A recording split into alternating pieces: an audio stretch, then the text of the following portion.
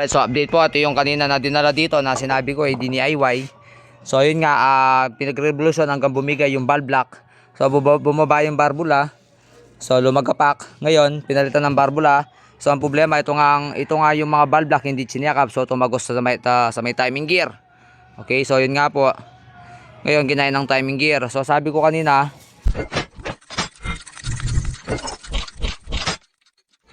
Tailing Works, like and share. Yun no? Aroy, kayod dito sa may plate. Ngayon, may kayod dito sa plate. May kayod. Ayun, pag kayod to, ibig sabihin, tamado to, gear nito. Okay, so another TMX 155 na naman. So, kwento nila, pinagre-reversion ng New Year, tapos lumagapak. So, okay, kaya ng mandar. So, swerte nila, yung binaklas nila, bumigay lang yung valve block. So, hindi naputol yung mismong barbula. So, hindi naputol yung barbula. So, mangyayari, bababa lang yung barbula, tutukod dito, mababaloktot hanggang di andar. So, yan po, may barking na tumama dito yung barbula. Okay, so ngayon, sina na lang, nag-DIY lang dito, sina na lang.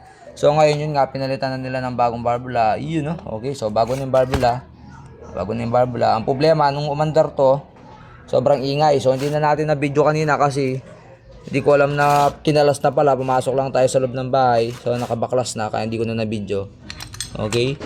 So, ang mali kanina, sabi nila, binaklas ng mga kapatid ko.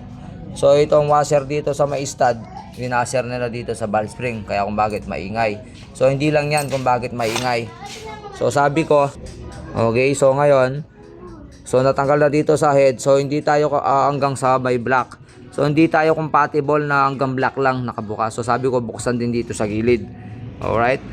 Sa may black. Okay, ngayon, pagbukas sa black, pag tanggal dito sa plate, o yan na, nakita nila, nandito yung valve block. Ayan. So, nandito yung valve block. Yun, no? Ngayon, itong valve block na to, alam mong umikot na yan, nanira na, ayan, o. Dito sa plate, bumaon na siya, ayan, o. Kumayad na dito sa may plate.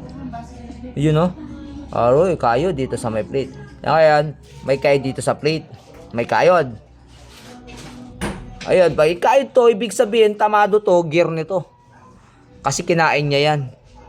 O ngayon, ikot-ikot natin yung mga gear. Ayan, o, so confirm kung bakit kahit napaandar na nila, bukod nga ito, mali yung valve spring nandito. Pagdating dito, kinain na tong valve block ng cam gear at timing gear. Tignan niyo po, bungi ang timing gear. Ayan po, nagkanda bungi-bungi. Ayun. Kaya hindi tayo nag-compatible kanina hanggang head lang nakakala. So sabi ko, baklasin nga hanggang dito sa may black at may plate. So yun nga, nakita natin tong valve block. Ayun, no? Alright. Wasak. Ayun, oh, ayun, may bumabara mga Lodski, oh. Alam nyo? Ayun, no? Oh. Okay, ngayon, baklasin natin tong mismong, tanggalin natin dito mismo itong pin sa mismong cam gear. So, bungi-bungi ito. Matik to, wasak to. Ayun. Ang dami pong sira. Ayun, oh, bungi. Ayun, kita nyo. Pasensya na wasak ko. Marami, hindi kaniko. Okay, do, di natin maputol-putol kasi gamitin din yan. Okay, so ang daming tama po. Ayan, oh, bungi.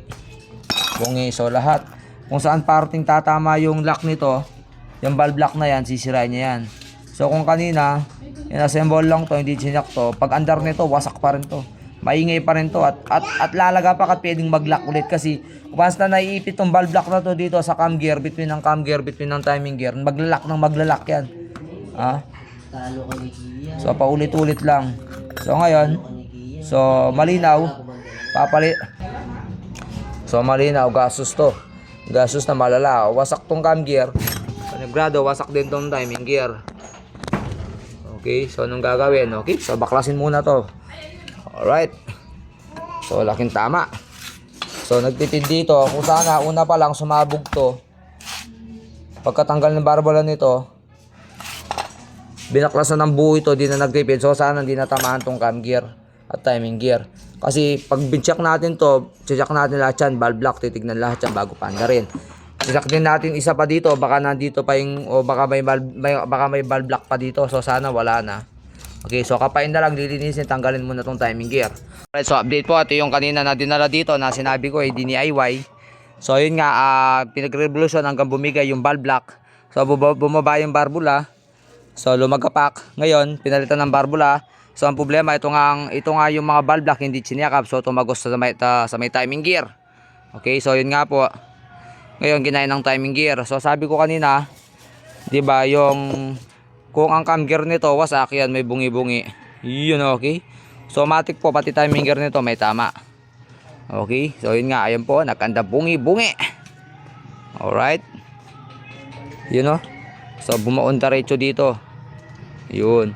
Ngayon, panigurado, under nito kanina sobrang ingay. So ang problema nito, napandar na rin natin kanina to bago buksan, nga lang hindi natin na video kasi binuksan, hindi ko nasabing bibidyo muna.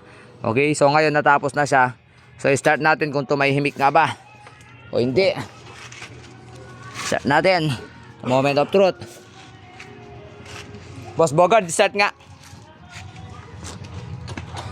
Sige. Sige, nakarekto daw. Sige. Iyon, ha. Alright. Okay, so andar na mga Lodski. So ito lang po yung maingay. Hindi walang air cleaner.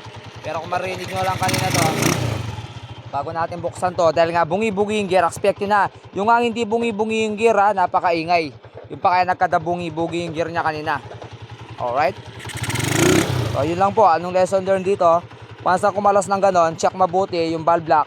So once na may kulang na pyesa, wag na wag nyo i-assemble na hindi nyo makita yung pyesa dahil pwedeng pumasok sa loob ng timing gear.